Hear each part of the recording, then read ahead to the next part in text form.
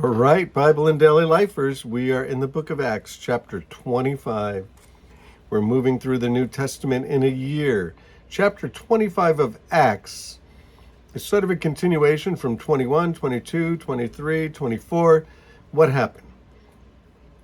Chapter 20, the Apostle Paul is tearing himself away from the elders at Ephesus. They're on a beach and he talks to them all night long and tells them that he loves them and remembers how great it was being with them and how he taught them and spent time with them and fellowshiped with them. And he said, now, the church is under your oversight.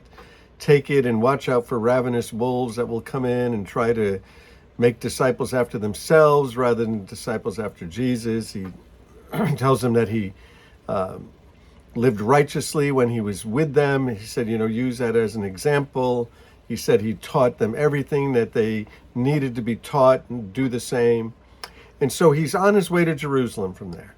And he wants to go to Jerusalem because he was once very popular in Jerusalem. People knew him and people liked him. The chief priest sent him out to persecute the church, to go as far as Damascus, to go into other countries, to bring the believers back so that they could go on trial for going against the strict Judaism of the day by becoming followers of Jesus. So he was doing that. He got converted on the way, had a dramatic conversion. And he really hasn't been back to Jerusalem to share with all of these guys for years. And so he's looking forward to going to Jerusalem. When he gets there, some of the religious leaders see him with Trophimus, and they think that Trophimus, who's not a Jew, who's a Greek, they thought that Paul brought him into the temple and desecrated the temple. So they get everybody into an uproar, and there's a near riot, and so the Roman soldiers come down, and they grab Paul, and they're going to arrest Paul. They find out Paul's a Roman citizen. They let Paul speak. As Paul begins to speak, he talks about the resurrection of the dead, and that ends up dividing the Pharisees and the Sadducees, and Paul ends up, and there's a plot. The religious authorities want to kill him. There's a plot. Rome gets him out of there. They bring him to Caesarea, and now he starts giving his testimony to all kinds of people, to the crowds in Jerusalem, before the Sanhedrin, to Felix, to Claudius, to Festus, and now we get with him sharing his testimony before Festus. He's getting to share his testimony to all kinds of dignitaries and governors. He's going to go, and Caesar's going to hear him. And this is what the Lord had told him when he got saved, that his witness would be before Jews and Gentiles and before kings. And so now he's beginning to witness before governors and rulers. So chapter 3, he's going to continue. Chapter 3. Chapter 25, he's going to continue his testimony again. 3 days after leaving the province, Festus went up to Caesarea, to Jerusalem, and where the chief priests and the Jewish leaders appeared before him and presented their charges against Paul. Now someone else is going to get to hear another governor. They requested Festus as a favor to them to have Paul transferred to Jerusalem, for they were preparing to ambush him along the way and kill him. But they were already onto this, that they're trying to ambush him and kill him. Festus answered, Paul's being held in Caesarea. I myself am going there soon. Let some of your leaders come with me, and if the man has done anything wrong, they can press charges against him there. After spending 8 or 10 days with him, Festus went down to Caesarea. The next day he convened court, and he ordered that Paul be brought before him. When Paul came in, the Jews who had come down from Jerusalem stood around him. They brought many serious charges against him, but they couldn't prove them. Paul made his defense. He said, I've done nothing wrong against the Jewish law or the temple or against Caesar. Festus, wishing to do the Jews a favor, these guys are always trying to work out peace with these people, said to Paul, are you willing to go to Jerusalem and stand trial before me on these charges? And Paul said, I am now standing before Caesar's court, where I ought to be tried.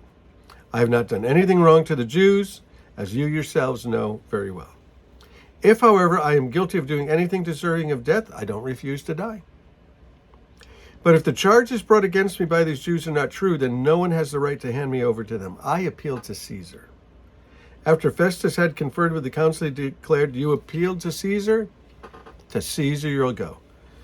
Well, this is a little bit of a problem, because Festus is going to send him to Caesar, but he has no charges to send him to Caesar with. So Caesar's going to see this as a real nuisance if Festus sends him a guy to be tried by Caesar and there are no charges. He's going to be, "Festus, what are you doing down there? What kind of government are you running down there? Get rid of Festus." So Festus is now between a rock and a hard place. A few days later, King Agrippa and Bernice came to Caesarea to pay their respects to Festus. So all these dignitaries coming and paying respects to each other with all the pomp and all the circumstance. And since they were spending many days there, Festus discussed Paul's case with the king.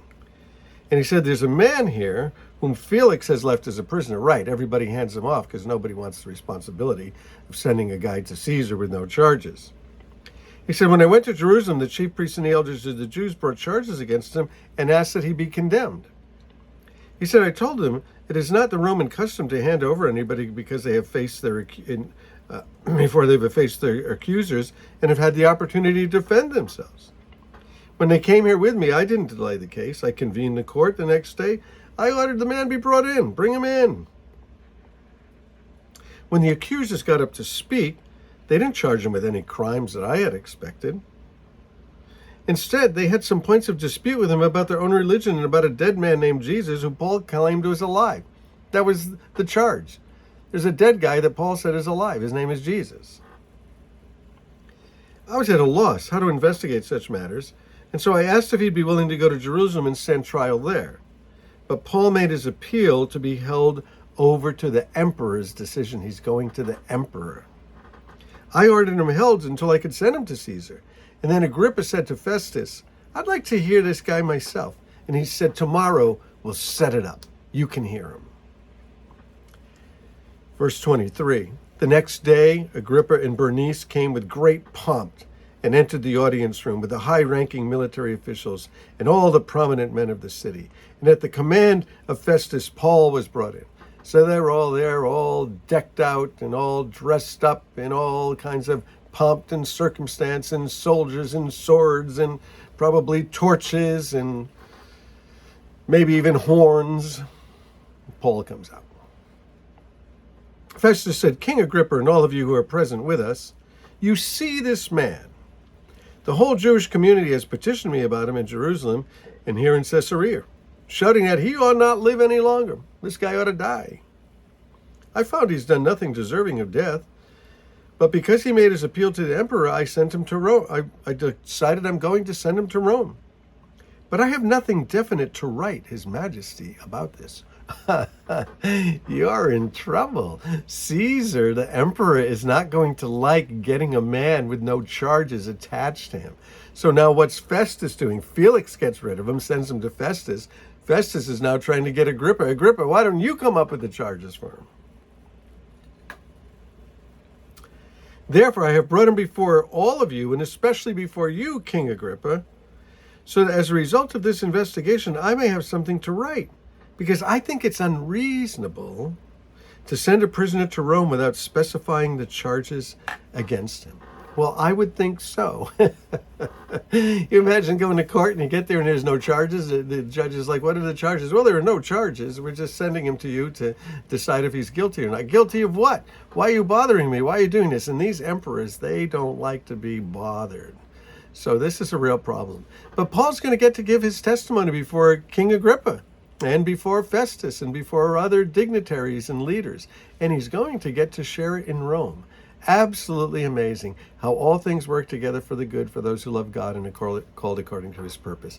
Because if Paul wasn't arrested in the first place, he wouldn't have gone to the Sanhedrin. If he didn't go to the Sanhedrin and they were plotting to kill him, then he wouldn't have ended up in Caesarea. If he wasn't in Caesarea, then he wouldn't have been before Felix. If he wasn't before Governor Felix, he wouldn't have got sent to Festus. If he wasn't sent to Festus, then he wouldn't be there before Agrippa and Bernice. If he wasn't there before Agrippa and Bernice, then he wouldn't go on to Caesar. So the Lord is working all of this out so that he can share his story. And I think the Lord's working things out right now. We call them divine appointments, where he's setting up for me to share my story with somebody, and he's setting it up for you to share your story with somebody. Your story of Christ, your story of salvation, what he's done for you. Doesn't need to be somebody else's story, just your story, what he's done for you. So may the Lord bless you, keep you, make his face shine upon you, and give you lots of opportunities to share your story. And it'll change people's lives forever. Hey, bless you guys. Love you.